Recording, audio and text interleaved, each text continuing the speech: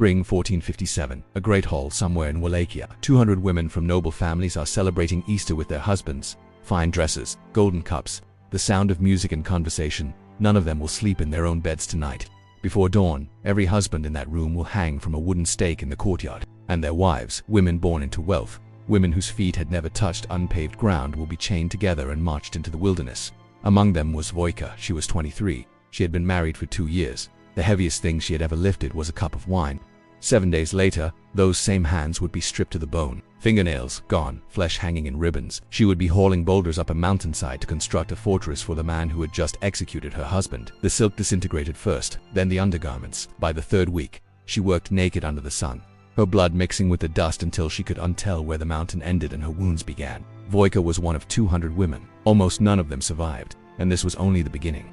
What Vlad Dracula inflicted on women was not collateral damage. It was deliberate. It was calculated. It was the entire point. He executed mothers alongside their children. He had wives skinned alive because a shirt wasn't sewn properly. He transformed female bodies into public warnings so extreme that the Ottoman Sultan, the conqueror of Constantinople, saw what Vlad had done and ordered his entire army to retreat. The movies gave you a seductive creature of the night, charming women in candlelit towers.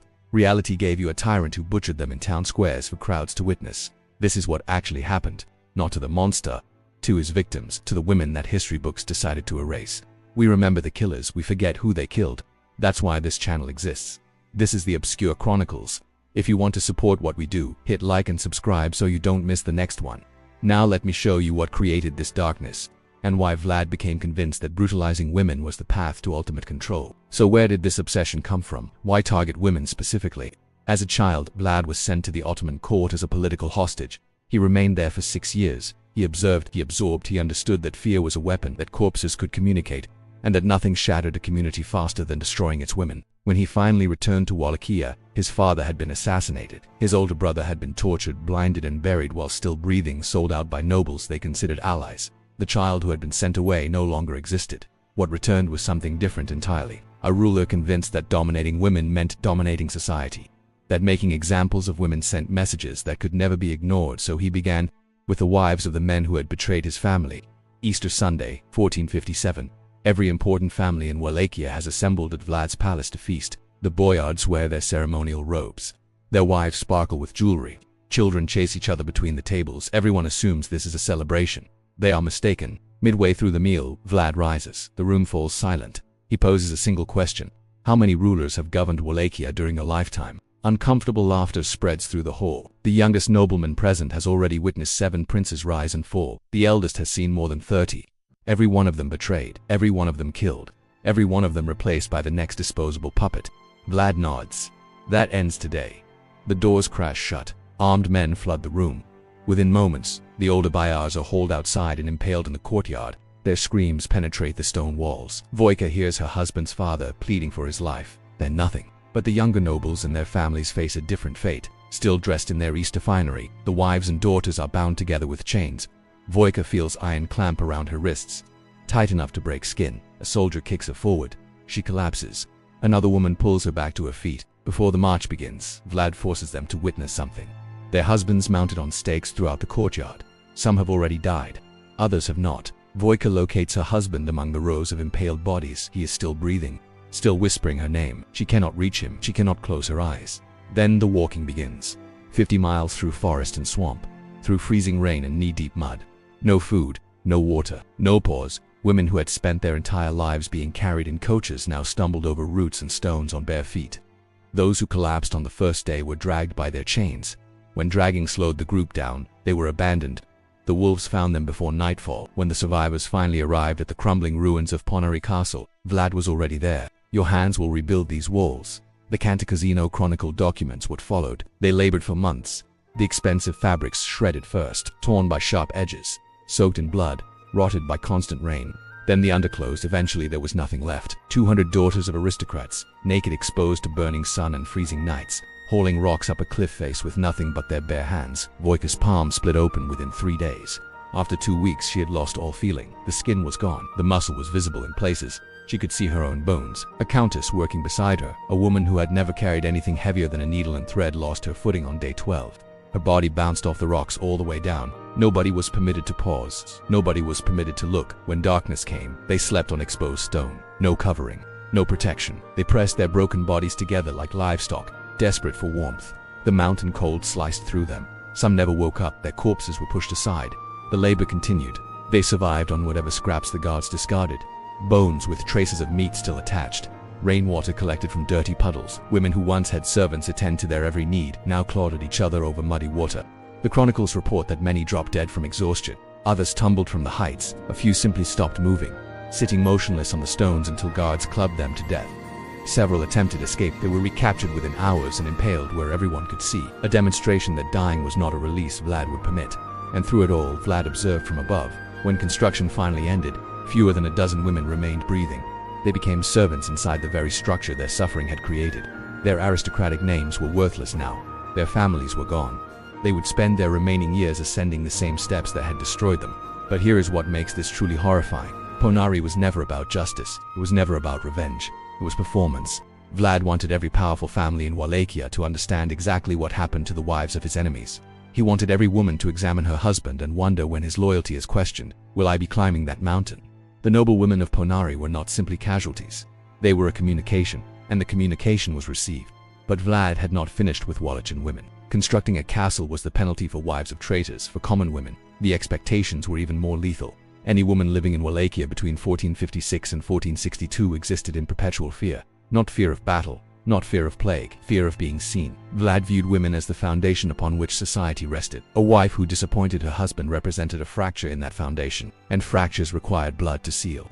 German documents from the period preserve a particular account. Peasant walked through his village wearing a shirt that exposed his legs. The garment was too short. In Vlad's Wallachia, this was not merely embarrassing. This was proof of failure. Vlad intercepted him on the road. Are you married? The peasant confirmed he was. Bring her before me. She arrived. Her name was Ilinka. Rough hands, calloused palms. She had undoubtedly spent her entire existence in labor, preparing meals, scrubbing floors, bearing children, mending clothes whenever a moment allowed. Vlad inspected her the way a farmer examines livestock. Why does your husband parade himself like a beggar? Does your household lack thread? Are your fingers useless? She attempted to explain. The children demanded attention. The fields required work. Time was never sufficient. Time was never, ever sufficient. Vlad did not hesitate. What followed consumed hours. The entire village was compelled to observe. When it concluded, what was left of Ilinka was hoisted onto a stake in the central square. The body remained there for days. A message impossible to misunderstand. Afterward, Vlad selected a new woman for the peasant. He addressed her slowly, ensuring every villager could hear. Make certain his shirt reaches his ankles. Otherwise, you will hang beside her. This was law in Vlad's domain, unwritten on paper, inscribed on human flesh. Unfaithful wives were skinned alive before their families. Husbands were restrained and forced to watch every moment. Widows who remarried too hastily were impaled. Their remains displayed at major crossroads. Women who failed to satisfy Vlad's standards suffered consequences the chroniclers refused to detail. One record describes a woman accused of adultery. Vlad commanded that she be brought to the public square. What was done to her required hours. The assembled crowd was forbidden to leave. When it finished, the remains were elevated on a stake as a warning. The message permitted no misinterpretation. Your flesh is not your own. It belongs to your husband, to your household, to your prince. Disappoint any of them, and you will suffer beyond comprehension. Women ceased leaving their homes unless absolutely necessary. Wives examined their husbands' garments obsessively, terrified of discovering an uneven seam or insufficient length. Mothers instructed daughters that staying alive meant one thing only: remain unseen. This was not a vampire's kingdom. This was the kingdom of a man who recognized that terrorizing women was the fastest method to dominate an entire population. Was Vlad simply a product of a savage era, or something beyond that? Share your thoughts in the comments, but before you form conclusions, let me reveal what he did to the women of foreign lands. Winter 1462, the boyars have been eliminated. His own subjects are paralyzed with fear. Now Vlad moves south, toward Ottoman territory. This is not a campaign of conquest. His forces are too small for that. This is a campaign of messages, and those messages will be carved into innocent bodies. He crosses the Danube with his soldiers and advances through Ottoman lands, settlement by settlement. What remains behind him is silence. In correspondence to King Matthias of Hungary, dated February 11, 1462, Vlad recorded his work with the precision of a bookkeeper. 23,884 Turks and Bulgarians eliminated, excluding those incinerated in their dwellings, or whose heads his officers never received. Complete families, no exceptions, but the slaughter was merely the introduction. The survivors were assembled for something particular. Imagine a Bulgarian village along the Danube. The assault has concluded. The men who resisted are dead. Those still living, predominantly women and their children, are corralled into the village center. They anticipate enslavement. Enslavement is what victorious armies do. Enslavement would be kind. Instead, the stakes appear. A mother grips her daughter. Soldiers seize both of them, but they are not separated. Separation would be insufficient. Vlad requires families to perish together. He requires mothers to witness. He requires daughters to hear. The stake is not pointed, it is rounded, coated with grease, engineered not for quick death, engineered so that body weight performs the work, gradually, across hours, occasionally across days. The mother observes her daughter lifted into the air. She hears sounds that will reverberate in her mind until her own death, which arrives minutes afterward, on the adjacent stake. When Ottoman scouts reached the site days later, they discovered what one historian termed a forest of the impaled. Corpses organized by height. The tallest stakes supported the most significant prisoners, families suspended together. This was intentional. Some victims were still living, their bodies swaying gently in the breeze, and this represented a single village. Vlad repeated this along the entire river. Dozens of settlements, thousands of corpses. The Danube itself reportedly turned red for miles. By June 1462, Sultan Mehmed II had witnessed sufficient evidence. He assembled the most massive army on the planet, 100,000 soldiers, and he advanced toward Wallachia to destroy Vlad permanently. But Vlad had anticipated this confrontation his entire existence. Outside Targovist, the Ottoman forces halted. Soldiers at the front began screaming. Some pivoted and fled, others dropped to their knees. The Sultan advanced to observe what had shattered his army. Before him extended a field, nearly a mile in length, half a mile in width, and throughout that field, elevated on stakes of varying heights, hung 20,000 corpses, entire families arranged together. The Byzantine historian Laonikos was there. He documented large stakes supported approximately 20,000 men, women, and children. Quite an exhibition for the Turks and the Sultan himself. Picture being one of those women, still conscious, sensing your body gradually surrendering to gravity, observing the mightiest army on earth arriving, and comprehending that even they cannot rescue you. That your death is not a tragedy requiring mourning. It is a statement requiring interpretation. Some corpses had hung there for weeks, decomposed beyond identification.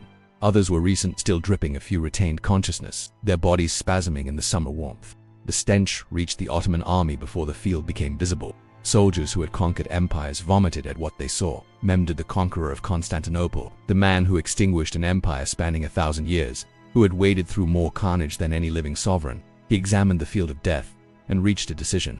He reversed his army and departed. The historian recorded the Sultan's words, "It is impossible to dispossess a man who accomplishes such feats, who can manipulate his realm and his people in this manner." This was not respect. This was capitulation disguised as philosophy. Vlad had prevailed, and the cost of victory was extracted from the bodies of mothers and daughters. The Sultan withdrew. The women remained suspended. Vlad had triumphed. But one final woman belongs to this narrative. The woman nearest to him, and her conclusion was the darkest of all. History never recorded her name. We identify her only as Vlad's first wife. Spring 1462. The Ottomans have retreated. But Vlad's own brother Radu commands a fresh army approaching Ponari Castle, the identical castle constructed by noble women's hands 5 years prior. Vlad's wife stands upon the ramparts. Beneath her, the Argus River crashes against boulders. Behind her, the fortress her husband erected upon female bones. Before her, an army marching under Ottoman banners. She understands what awaits captured women, the harems, the bondage, an existence of degradation. But she also understands what her own husband does to people like her. She has lived in his world. She has seen the stakes. She has heard the screaming. She has walked the halls of a castle built by hands that bled and broke. She is imprisoned between two different monsters. According to regional tradition, she faced her servants and spoke 7 words. "I would rather feed the fish of the Argus than become a Turkish prisoner." And she leapt. Her body plummeted hundreds of feet into the churning water. The river consumed her completely. Today that waterway still bears the name Raul Domni, the Ladies' River. Vlad escaped through a concealed passage. He would endure 12 years imprisoned in Hungary. He would marry again. He would eventually fall in combat in 1476. His severed head was transported to Constantinople, where the Sultan mounted it on a stake. The man who existed by the stake perished by the stake, but his wife had already found her escape, the only escape available, Voiça, constructing a fortress until her hands became skeletal. Ilinka destroyed because a shirt measured too short. Thousands of anonymous mothers elevated on stakes alongside their daughters, and a nameless wife. Selecting a river over 2 varieties of damnation. These are the women from Vlad Dracula's reign, not seduced, not bitten, not glamorized, destroyed. Hollywood required a monster with appeal, an antagonist audiences could secretly admire, a darkness that thrilled rather than disturbed. So they provided capes and Gothic towers and immortality. The actual Dracula provided none of these things. He provided stakes and agony. women transformed into parchment for communications authored in blood. And here is the uncomfortable reality that history prefers to conceal. It succeeded for 6 years. A territory smaller than certain modern cities repelled the most powerful empire on the planet. Not through negotiation, not through tactical brilliance, through brutality so complete, so performative, so deliberately aimed at women and families, that even the Sultan could not endure it. Vlad demonstrated something disturbing about authority. That horror can reach such extremes it becomes strength itself. That the most efficient method to defeat your enemies is to devastate the women they cherish. The question is not whether Vlad embodied evil. History overflows with men who eliminated more. The question is why we converted him into an object of romance, why we granted him a cape and fangs in a palace illuminated by candles, why we rendered him alluring instead of abhorrent, and why we erased the names of the women he destroyed. Because that is our pattern. We commemorate the monsters. We construct legends surrounding them. We author books and produce films and manufacture merchandise displaying their images. And the victims, they become numbers. Static, anonymous corpses in a narrative that was never truly about them.